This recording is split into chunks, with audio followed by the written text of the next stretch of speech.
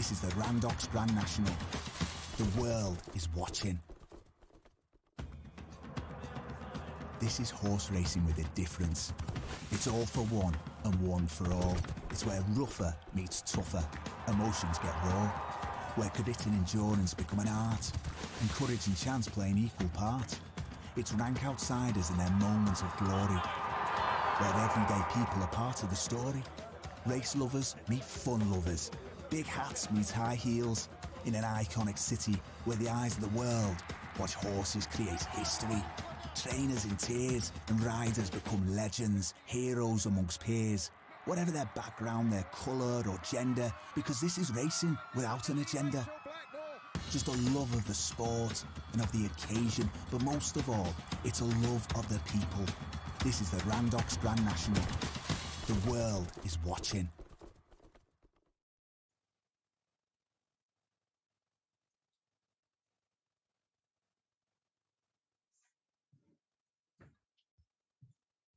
And hopefully you'll be watching too. Welcome to the Randox Grand National official preview night. I'm delighted to say that we have an excellent panel, plenty of who, of course, have excellent experience of riding over these big fences. Ruby Walsh won the race twice on Papillon in 2005 with Hedge Hunter. Katie Walsh led over the last on Seabass in 2012, the best placing until Rachael Blackmore, of course, won the race last year by a female rider. And Leighton Aspel, very, very rare back-to-back Aintree victories in the National on Pinot de Bray and Many Clouds, even rarer to do it on two different horses.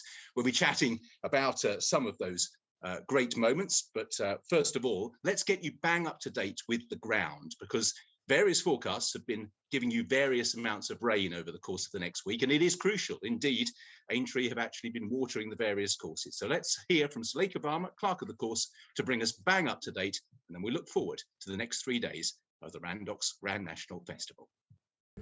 Hi there, welcome to Aintree Racecourse. We're really looking forward to seeing everybody back at Aintree tomorrow for the start of the Randox Grand National Festival. It's been a difficult build-up for the ground staff team and myself. We've had some very changeable conditions. We've gone from being very warm through to being very cold with frost, promise of rain that hasn't materialised, some rain that has come.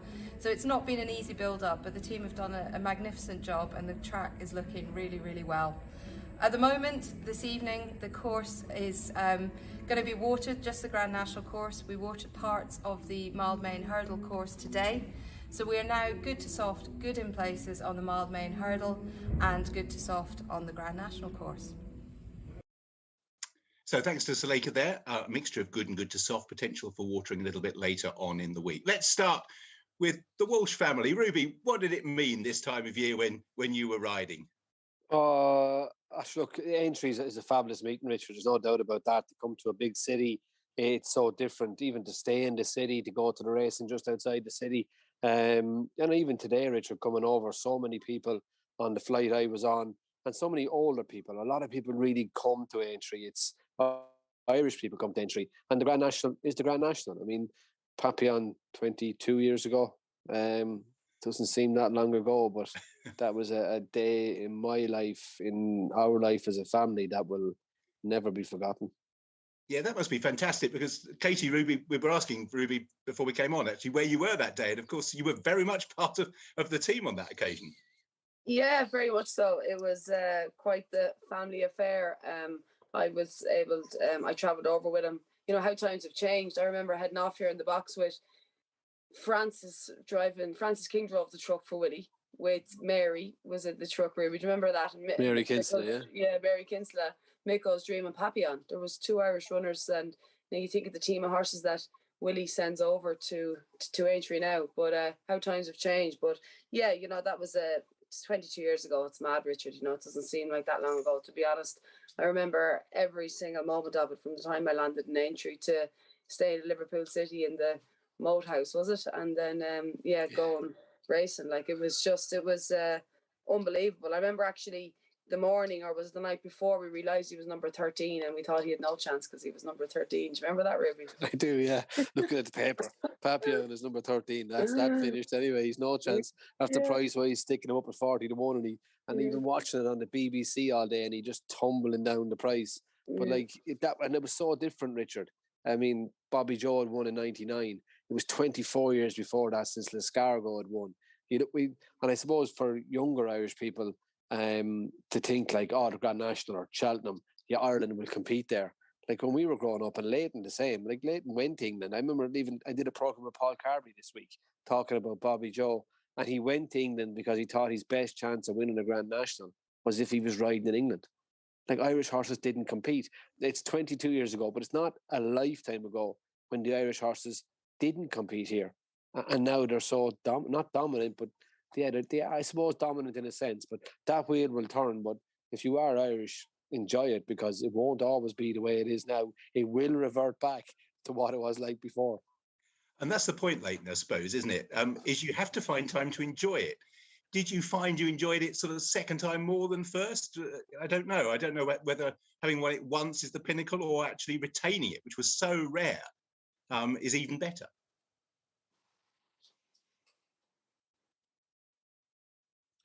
I'd say Leighton is frozen myself. Yeah, I think Leighton has frozen. Let me bring in. Actually, Leighton's unfrozen. Did you hear the Leighton there or not?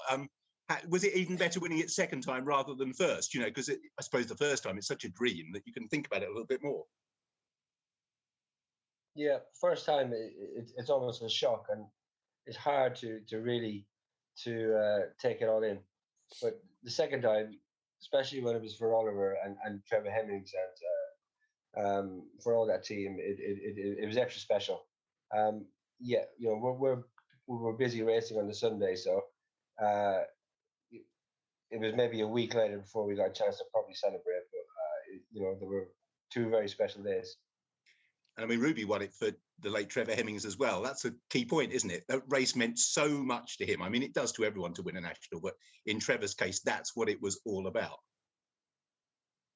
Yeah, it was, and he took great pleasure in you know, taking the time with these horses. You know, he sent 3 or 4 horses to all these different trainers.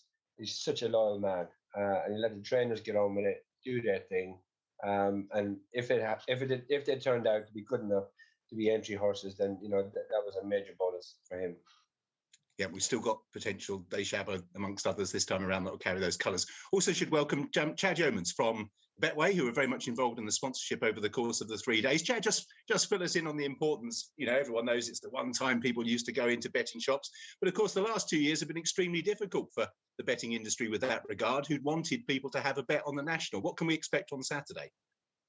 I think it's going to be amazing. I really do think it's going to be the best, certainly the best in the last 3 years, but it's the race that captures the nation. Richard, we all say it every year, it is cliche, but it is the biggest betting race of the year. That's without doubt. It's the race that captures everybody's imagination. Everybody wants to have a bet, whether you're a form student, whether you're a racing fan, or whether you're once a year and you've got a name that you like, or you've got colours that you like. It is going to be massive. And obviously last year was behind closed doors. We were very lucky to be there. And the year before was the virtual Grand National. Well, obviously all the betting industry donated all their profits to NHS charities, which was great. But this year, I mean, looking at the field as well, the race is a proper race. There's young pretenders, there's old timers, there's horses who probably should have won it last year and any second now. It's a cracker of a race, isn't it? We're going to look forward to the national in the second half of the programme, but it'd be really wrong. And again, Ruby, maybe you're best to talk about this as to how much the overall meeting has improved over the last few years, because starting tomorrow, we have 4 grade ones. We have a race over the big national fences. We have the Betway Aintree Hurdle as well. The actual overall quality now really stands up, doesn't it, on the opening day? Yeah, it does, Richard. And it's funny, I can remember, riding a treble on Grand National Day. I won the handicap hurdle, the novice chase, and the Aintree Hurdle. But I might as well not have even been at Aintree, because it didn't matter with the size of the Grand National compared to the rest of the races. And that is the enormity of the Grand National. And I was just laughing here, actually, at Leighton saying, like, he went from winning his first Grand National to racing on the Sunday and getting a chance to celebrate the following week. I think when Papillon won, we were celebrating leaving Aintree. I can remember going through Manchester Airport, eating a plate of chips and drinking a bottle of champagne and getting onto the plane. And I'd say it was Tuesday before we stopped partying. And Bobby Joe the same. It's just different times. But yeah, I definitely enjoyed both Grand Nationals I won. I went from Aintree to Limerick to ride the day after Hedgehunter won. and I was glad I only had one ride for the shape I was in. But that look different times as well. But it is a meeting that has grown. You're right. It has expanded, I suppose, its portfolio of top class races. The first race tomorrow is a relatively new addition to Manifesto that wasn't there in the past. And there's some really good races. And I think even if you jump into Friday, I mean, the Forerunner Novice Chase, Brave Man's Game, Ahoy Senor, Long Presse, Fury Road, it just shows you don't really need bulk to make a good race. You need quality, and that is quality. Yeah, and I suppose the addition for that race in particular, Ruby, is what would have happened had it not rained at Cheltenham. You were denied that clash between. But that's racing. I don't agree with that. That's racing. And every horse had to go out that day in the rain and handle the ground. That is sport. You can't decide. You can't decide an FA Cup day. Oh, by the way, it's raining. The pitch's gone a bit soggy. We're not playing. I'm not so sure. I think it's the same for everybody. You get on with it. That is a part of the Friday. Katie, what else are you looking forward to during the course of the week just outside the National? We'll concentrate on the National in a moment or two, because there are plenty of great races, and even the races over the Aintree fences, getting your eye in, particularly in the Topham, and obviously a big day for all of the amateurs and the fox hunters as well. Yeah, huge. Obviously with the Topham on Friday, but the first race tomorrow over the Aintree fences is the fox hunters. And I was lucky enough to ride in the fox hunters once or twice, but as an amateur, to get the opportunity to ride over the Aintree fences really is a dream come true. And it's a race I do love to watch, because it kind of sets the standard as to, everyone watches it. It kind of sets the standard as to what's going to happen. With the way the ground is, the way horses are ridden, and how the fences jump. But I must say the fences, I could only imagine they are in tip-top shape, and they ride so well anyway. But there's a lot of good racing on before we even get to the National, and just really looking forward to it. There's just something about Aintree that's just more relaxed, I think, than Cheltenham. I think everyone is just a bit more relaxed, and no one really knows what's going to happen in the National. So there's not really that much pressure on, because you need so much luck and running. And the whole meeting has a vibe where everyone is just having a bit of fun, having a bit of crack, having a drink, chatting, meeting people they haven't seen in a long time. And that leads back into Liverpool City. And, Liverpool City is a great city and great people. Like the taxi drivers alone are entertaining, So it really is just a great couple of days, and everyone just lets their hair down. It's just way more relaxed. Yeah, I think that's true. I mean, my missus comes from Liverpool, so I'm slightly biased. But Leighton, probably more than any other race, it is a race you associate with the city, isn't it? They come out, on Ladies' Day, whatever the weather, those outfits will have been planned. As Ruby says, the rain, you're not an on-runner on Ladies' Day just because it rains, and you tend to wear exactly the same thing. And, of course, on the Saturday, many people line the banks down to the canal turn, and they will just wait for a glimpse of the National Field. It is very much a city's race. It is. I think it's almost like, the Royal Ascot in the north, especially on the Friday, when all the girls, they get their best hands on and their best dresses on, and they go out and they are going to have a good time, no matter what the weather, no matter if they have a winner or not. If they have a winner, that's a bonus, but they do have a good time. And as Katie says, the atmosphere is very different from Cheltenham. It's a little bit more laid back. The tension tightens up a bit on Saturday, but the Thursday and the Friday, very enjoyable days racing.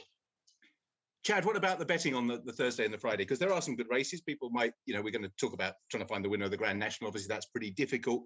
But there are some really good races. We've already spoken about the race on the Friday with Brave Man's Game up against Long Presse, Ahoy Senor and Fury Road. We've also got a clash between Epatante and Zana here. Both have been banging their heads against Honeysuckle during the course of the year. What are the other highlights over the first 2 days that we should be aware of?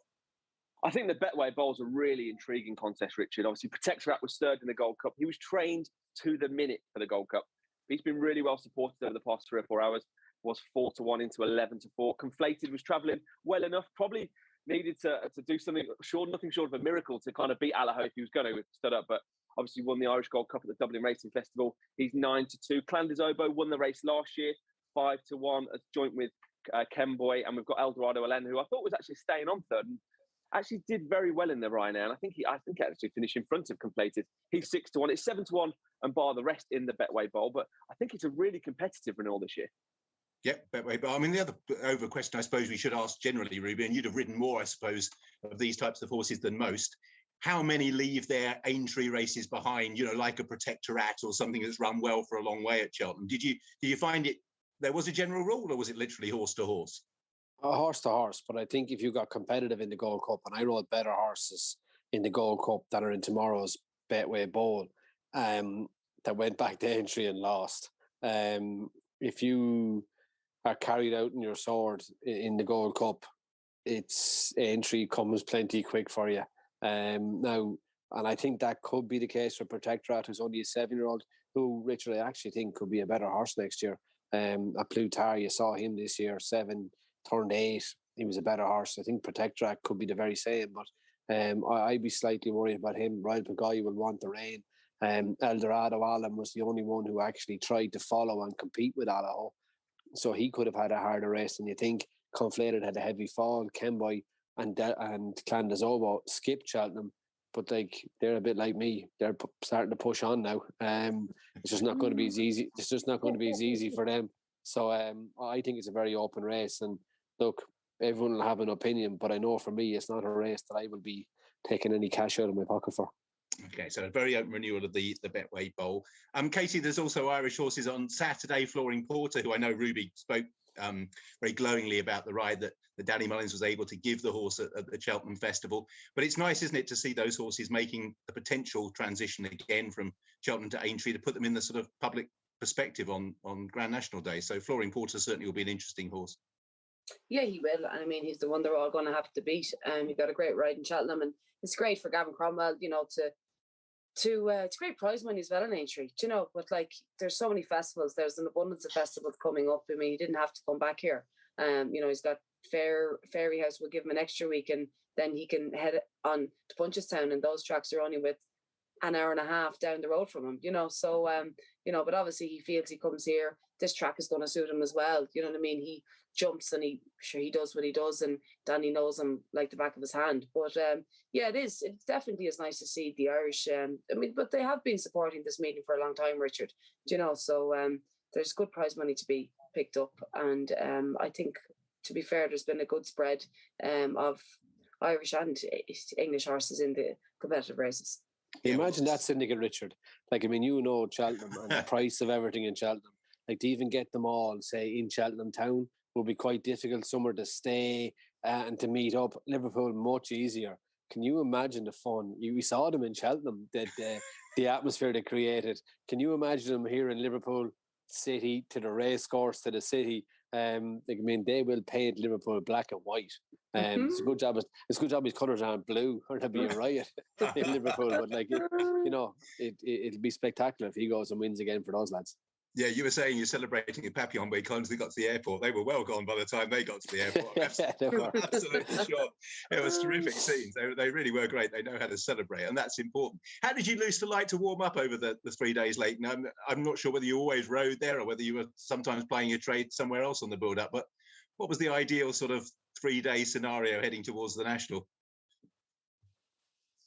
Yeah, it would all depend for me. There's always meetings sometimes elsewhere. If you're lucky enough to be there on the Thursday and the Friday, and then it was a balancing act about do you come home, do you stay up or whatever. But if I wasn't there, you'd be at a meeting somewhere else, and then it's an early start on the Saturday morning to get there in good time for walking the track, or if you're there on the Friday, stay over, maybe ride out, and then walk the track with some of the boys, and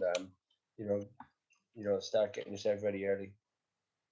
Yeah, that's the point. I mean, did you enjoy walking the track? I mean, all three of you really, or was it the sort of thing that used to scare the living daylights out of you? Were you track walkers? Because the fences have changed down the course of the years, etc., etc. Yeah, well, you've probably walked it. You've probably walked on the Thursday. You probably walked on the Friday. On the Saturday, it was always busy. You might have some family or some friends who really want to walk on National in the morning. It's a traditional thing. But you've probably walked all 3 tracks, each day, just to get yourself used to, any rail adjustments or ground changes or whatever. So by the time Saturday came around, you were very used to it. Were you a track walker, Ruby? I was. I walked it for ground. It was never for direction. I mean, people think, oh, you walk the tracks, you know where you're going. It was never so you knew where you're going. It was more to do with ground. And I would walk it. I suppose I walked it more in my early years, Richard, than I did in my latter years. And I think that with experience, you realise that if it rained in Aintree, you had to keep right. Okay. It was simple as that. Like, and I remember walking it the year Red Marauder won, and realising that this track all just drains left. All the water was to the left. So if it rains, just go right. That's where the drier ground is. But that's experience. You learn. As I got older, didn't have to walk as many tracks because you knew where the ground would be. Just by the drainage of the tracks, the natural layout, experience, repetition. And so I walked it, I think, the second last year. The last year I rode there purely out of boredom, because as a rider, you had to be there some stupid hour in the morning to be told what to do, even though I'd ridden in God knows how many, won a couple of Grand Nationals, but I still had to sit in the stewards room and be told by 5 people that how I was supposed to ride in the race. And about 4 or 5 hours before I even rode the goal, before I even rode the Grand National. And I remember sitting there thinking, could you imagine telling the Liverpool players they had to be at the FA Cup final 5 hours before kick-off to tell them how to conduct themselves? And so I ended up walking the track out of boredom, because it was the only ride I had on the cards in the Grand National. But I still had to be there at 11 o'clock. And the Grand National wasn't until 5 o'clock. I remember thinking that was just ridiculous. And I'm saying it now again, now I'm retired. That was bloody stupid, actually. It's still happening. I know, and it's absolutely ridiculous. And it is very... How about making people nervous? Making people, letting them boil up. Like managers, coaches, key players out of stadiums for that. But in the Grand National, we want you all to be calm at 5 o'clock, so we'll bring you here at 11 o'clock. What do you think about it? But if you missed that 12 o'clock meeting, Ruby, you were in big trouble. Oh, big trouble. Probably Serious put trouble. Could find you God knows what, and maybe not even let you ride. But and it didn't matter if you'd ridden in 10 Grand Nationals, 12 Grand Nationals, or none. You still had to sit there. Yeah. Moving on, Richard. Moving on. That's right. Just before you end up with another fine, Ruby. So. Best of luck to them. That's all I know. Best of luck. They can find me now, but I mean, how are they going to get it off me?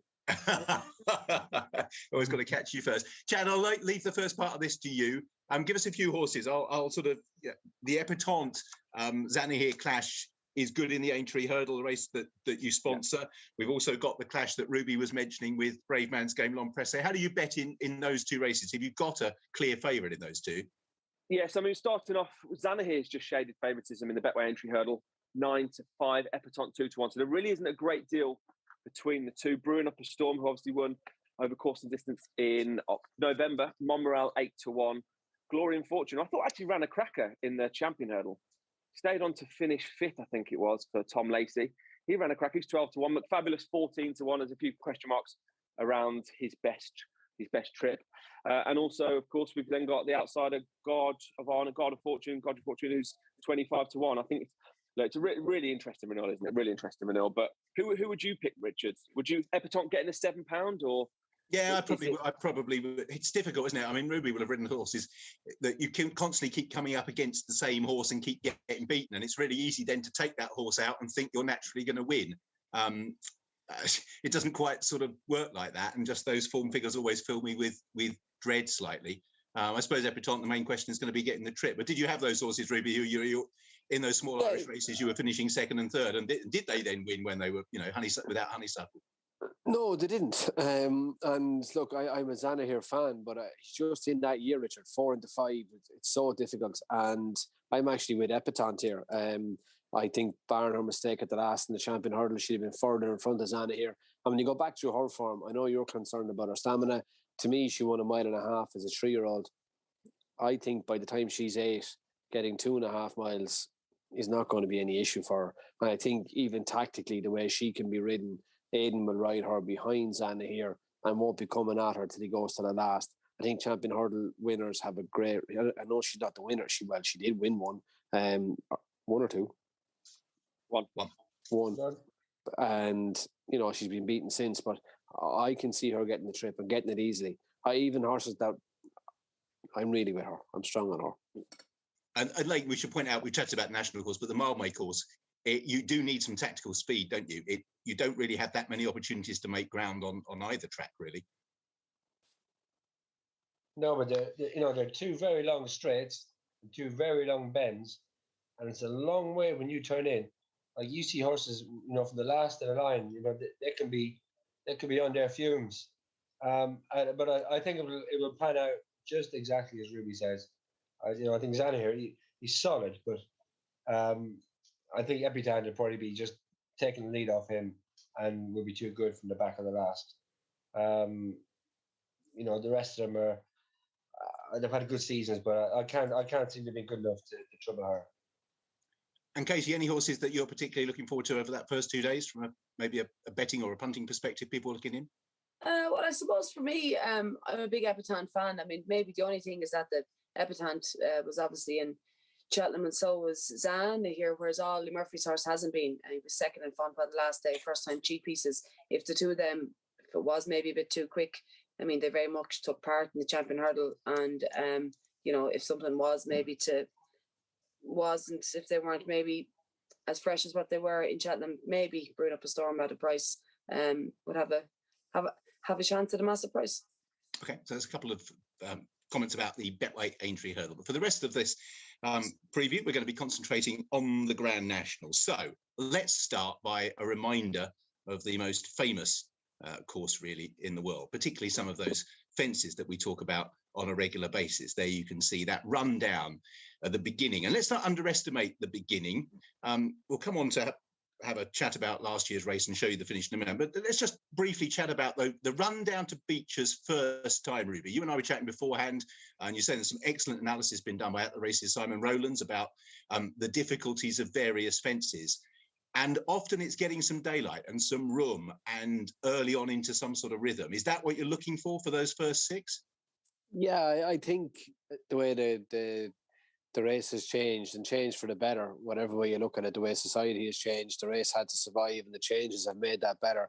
You do need a pacier horse now, Richard. You have to be able to, if you want to win, now you can run well from off the pace, but to win, you do need to be able to travel, go with them and travel. I'm not so sure about Light. I'm not so sure now with the drop gone off Beechers that you actually can afford to go that wide down over the first 5 fences prior to Beechers, because the guys on the inside don't have a disadvantage. Sorry, guys, wrong word in the modern age. The jockeys on the inside don't have that big an advantage on the inside or disadvantage on the inside, but they have an advantage in Defining Evan and Canal Turn. So from the time you set out, you have to be thinking that far ahead, and going wide is not as good an option as it used to be. Yeah, that's a really interesting point, because in the old days, when Leighton, you'd have remembered, you only went down that inner route if you were really on a good jumper. You watched the old Grand Nationals and 2/3 of the field jump Beechers on the outside half. Now it's just the shortest way, isn't it? There's not the same premium of having to jump really well to go down the inner.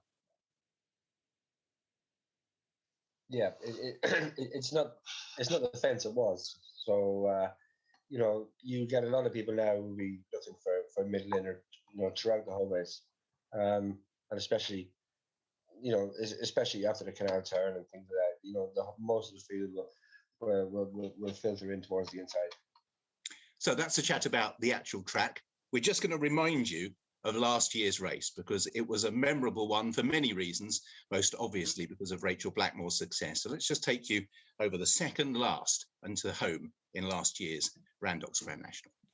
Burrows Saint in the pale pink silks. Manila Times, the star on the cap on the right for Rachael Blackmore, and she lands just in front over the second last Rachael. It's Manila Times from Balco de Flo. Burrows Saint any second now. The hoops with the white cap staying on, then Discorama. Here's the final fence in the Randox Grand National, and over in front and over 2-3 lengths clear Manila Times from Balco de Flo. Any second now continues to stay on. Burrows Saint wandering out into the centre of the track. They head towards the elbow with over a furlong to cover in the National, but it's Rachael Blackmore and Manila Times who are out 4 lengths clear of Balco de Flo, and any second now Burrows Saint back in fourth is running on empty. 150 yards to go in the National. Manila Times for J.P. McManus, Henry de Bromhead, and more significantly Rachael Blackmore. History in the National. Manila Times wins.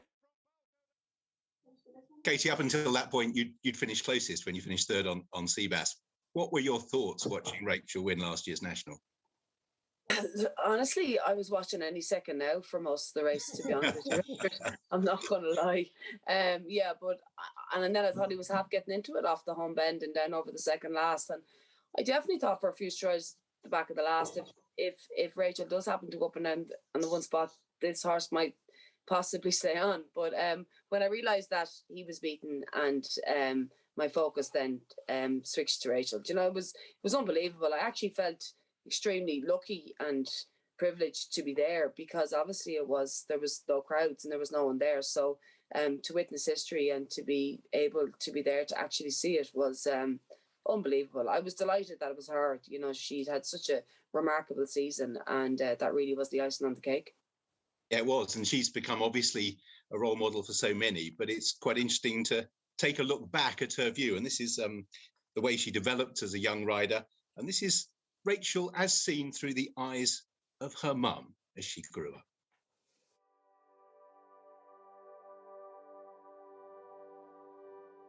From the moment Rachael was born, we knew it was going to be an adventure.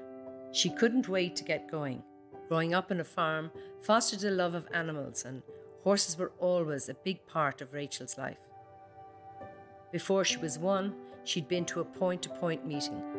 It wasn't long before she was riding herself. Her first pony was called Bubbles. She was fantastic, but had no brakes. This never worried her. As the years passed, her love of riding grew. Although it took a while to find success on the track, she never gave up. She was competitive and would say, "In whose world is second any good?" Oh, it was brilliant. He'd so much left in him at the end. He went really well, and I couldn't believe it. Yeah, is this your first winner? Yeah. Eventually, the winners started to come. It's Rachael Blackmore and Minella Indo, and Minella Indo has taken the Albert Bartlett. Plutar was right on time with Rachael Blackmore and wins in great style. 2021 was an unforgettable year. They're off. They're racing then for the Unibet Champion Hurdle. Honeysuckle and Rachael Blackmore clear from Sharjah, Epatop behind those. It's a beautiful straight, 11 victories for Honeysuckle. She is the winner of the Unibet Champion Hurdle. With 6 winners at Cheltenham. And it's going to be number 6 for Rachael Blackmore at the meeting, and Quilixios wins the JCB Triumph Hurdle. My phone nearly melted that week. I was proud she gave us something to cheer about during the pandemic. Everyone needed a lift. Next, it was Aintree and the Grand National. All the stars aligned, and it was dream time. 150 yards to go in the National. Minella Times for J. McManus, Henry de Bromhead, and more significantly, Rachael Blackmore. History in the National. Minella Times wins. I just can't believe we won. It's unbelievable. The first time I met her after Aintree, I arrived home to find the Grand National trophy on the kitchen table, and Rachael in the yard with Charles, holding a reluctant mare who was having her feet trimmed. The fairy tale continued at Cheltenham 2022. It's Honeysuckle in full bloom again. Back-to-back wins in the Unibet Champion Hurdle. Honeysuckle again.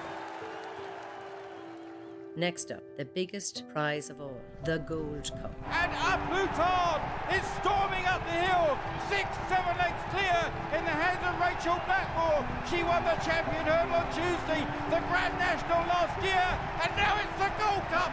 Plutar, a runaway winner.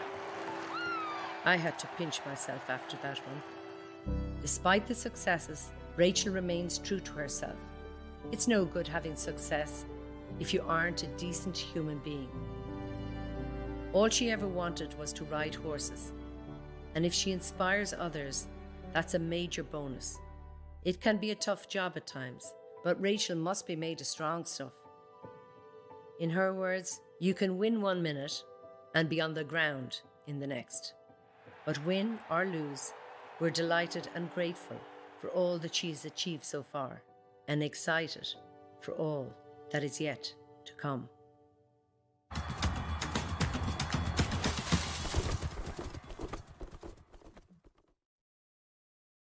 Rachael's mum, Ema, there talking about what she's achieved so far. But of course, that all counts for nothing on Saturday, you all line up with your hopes and dreams of being the winner of 2022 intact. So, Chad, first of all, let's fill you in with the market, and then we'll get to grips with some of the leading contenders and see what their potential faults and attributes are. So how do we bet so far on the National?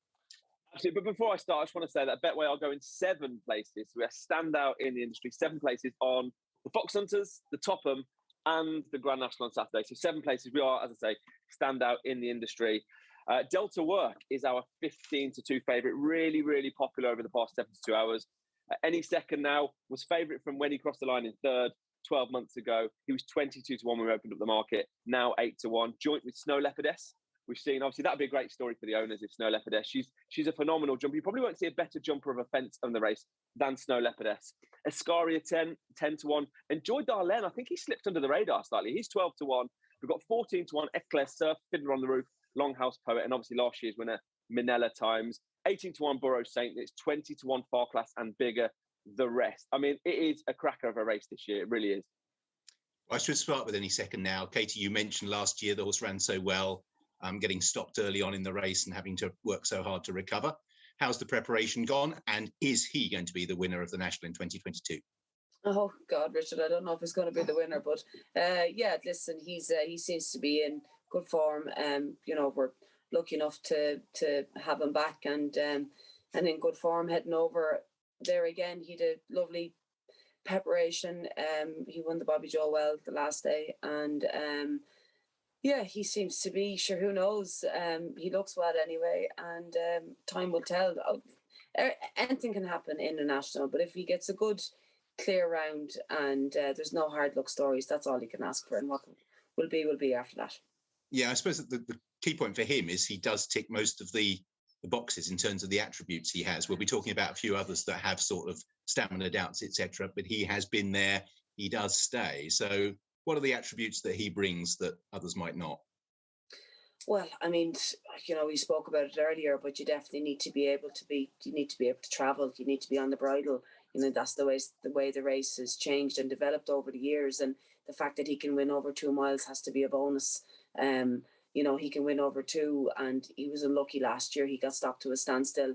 I can't see the trip being a problem. I was actually amazed when you actually go back and watch how well he ran last year to actually get back into some sort of a winning position. It looked at some point, you know, because I'd watched him from the time the flag dropped.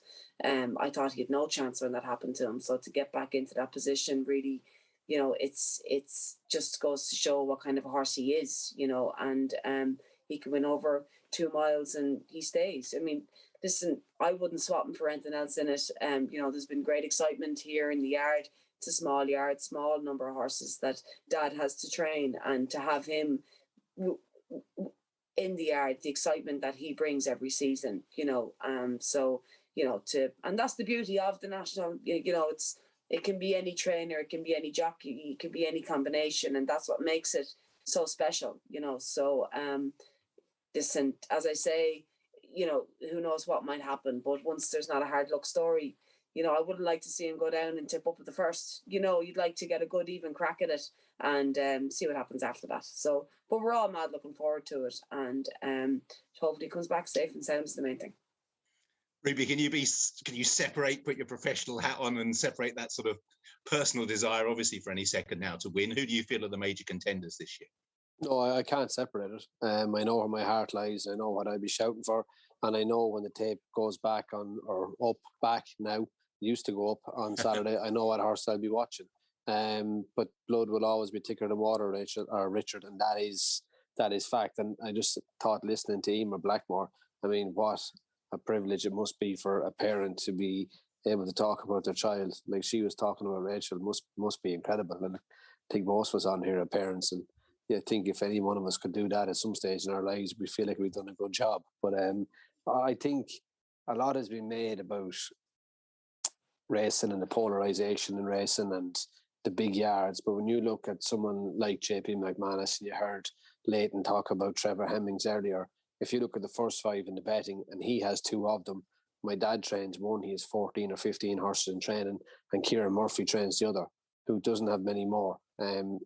Small trainers need that kind of support from somebody like that, and they're good enough if they're given the talent and you have 2 of the top 5 in the betting for the Grand National trained by relatively small yards. And that is key to it. But that's only because of the backing of someone like JP. So I think that's wonderful. I do think it's an exceptional race. I know what I'm going to be shouting for. I know what I'm going to be watching. I know what I hope wins. It'll be any second now. But I think there's loads of dangers. I think Delta Work, by beaters if you have back Delta Work, whether you're in or you're out. And I think he's the class horse in the race. But I do think he enjoyed himself in the cross-country race, but it was slowly run and he was able to get into a rhythm. He does like to be ridden a bit wide. He does like a bit of light, and the hustle and bustle of the early exchanges of a Grand National could just find him out. If he takes to it down over the first 5-6 fences, he's a major player. Escari at 10. He won't be too far away from any second now. Bobby Joe form is rock solid. I know you mentioned Enjoy Dallin. I think the big British hope is Fiddler on the Roof. I love the pace he was able to show in the Ladbroke Trophy when he blitzed down over the first 3 fences and held a really good position. Brendan Powell Jr., his dad won it on Rhyme and Reason, 85 or 86, I think it was. 88. Was it? 85 or 86. And I think, he's been targeted at the race. I also think Longhouse Poet, Martin Brazel, won him at number 6, Valverde. Tayeste's form is a good guide to the Grand National. I think he's a massive chance. And I think if you wanted to guarantee yourself a run for your money, I think Run Wild Fred at 25-1. He's tactically so adaptable to an English national. Whether he will fully stay the trip, he's like Borough Saint, I'm not so sure. But you will get a run for your money if you back Run Wild Fred. Watching that back again, just to conclude your long list, I will come to everyone for a selection, both for a winner and an outsider in a moment or two. But yeah, watching that again, Borough Saint, can you hold on to him any longer to make him last any longer? Just watching that replay reminded me how he emptied so quickly. There's 2 ways of doing it, Richard, and I don't know which way Paul will. You either jump and run and hope to God you get home, or you do the complete opposite. That's just hope you can sneak into it for the next parish. And I don't know. I have my worries about him.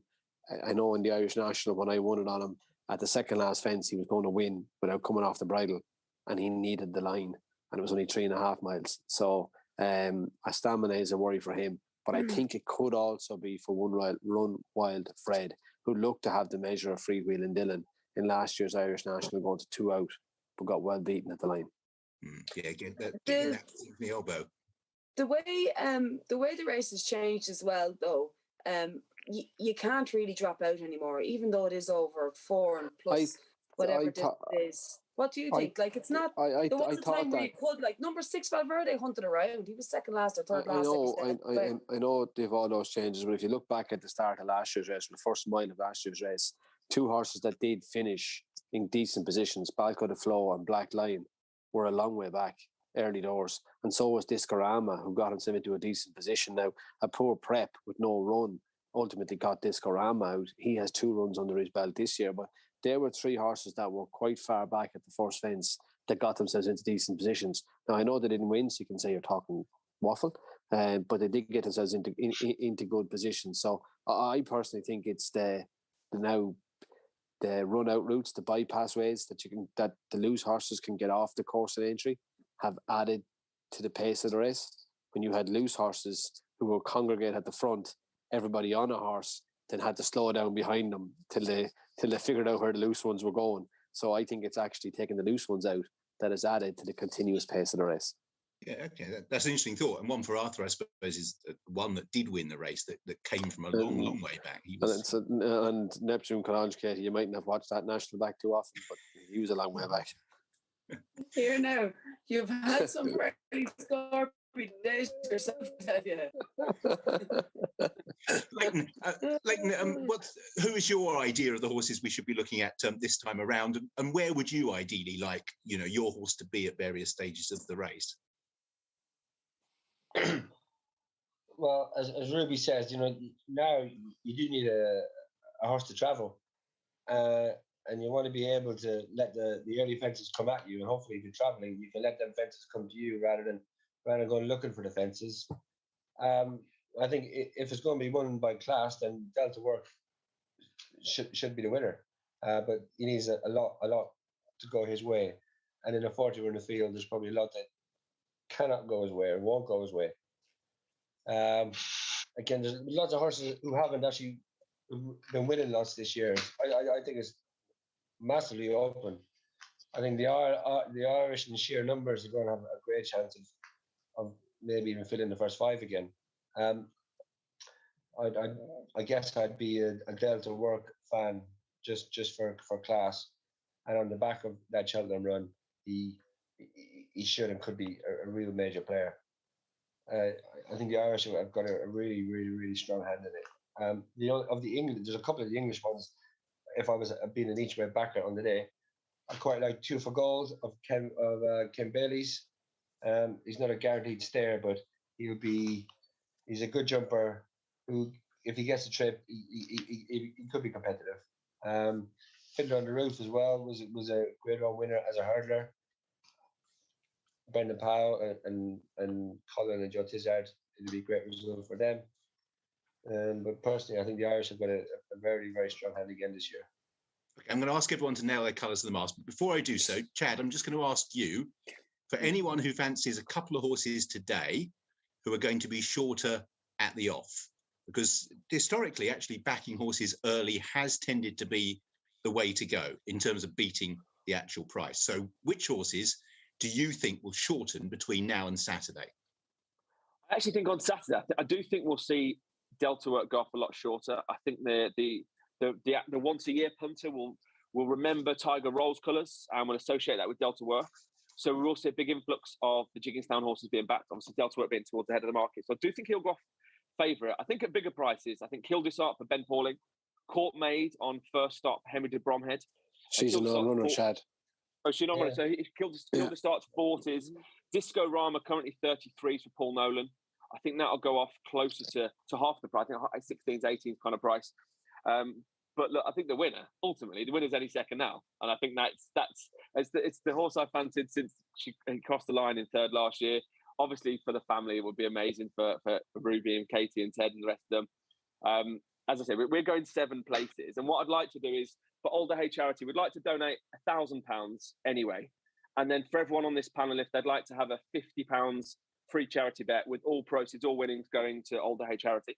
So we'll go around, but we'll start by donating £1,000 as bare minimum, and then obviously anything on top of that will from the winnings of if anyone cops the winner. And I'll start. I'll go with any second now.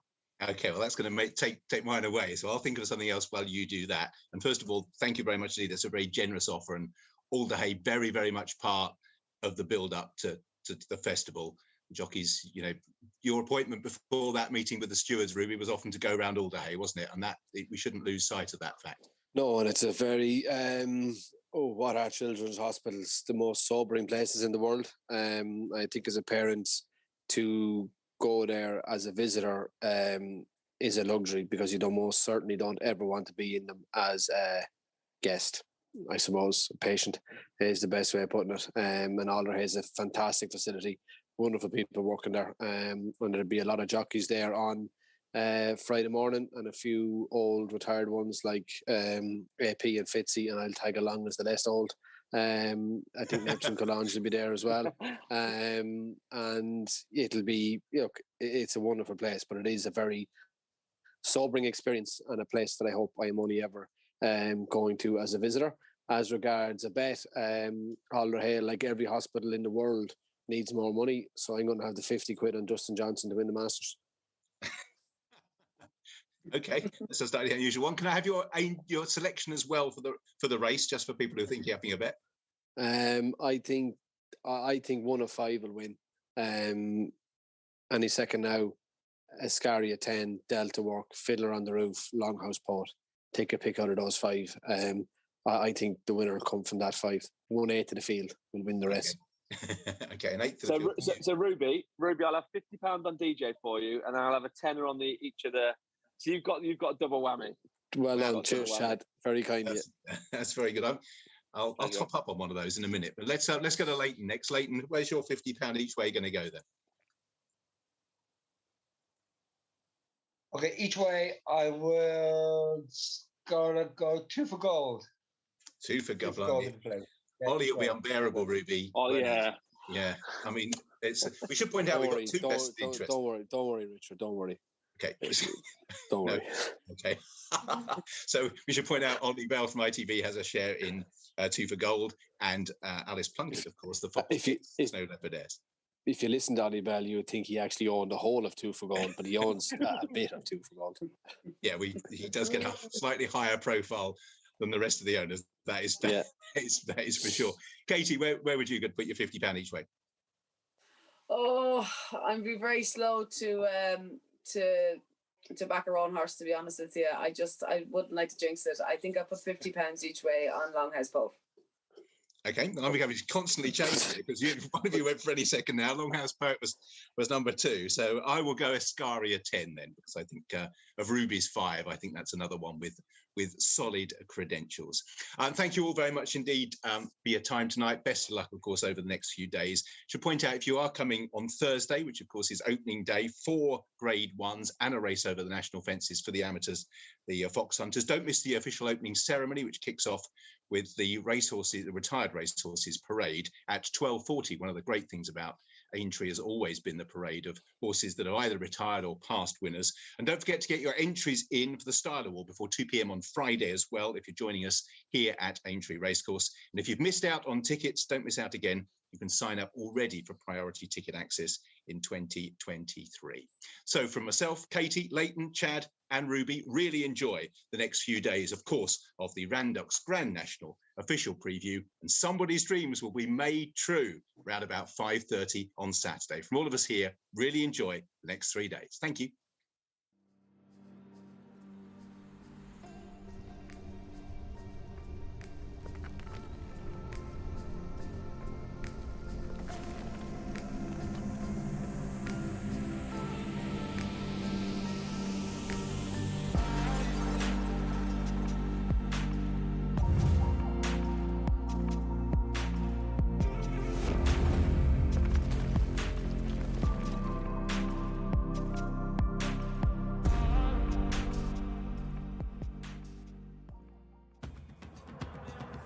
This is horse racing with a difference. It's all for one and one for all. It's where rougher meets tougher, emotions get raw, where credit and endurance become an art, and courage and chance play an equal part. It's rank outsiders in their moments of glory, where everyday people are part of the story. Race lovers meet fun lovers. Big hats meets high heels in an iconic city where the eyes of the world watch horses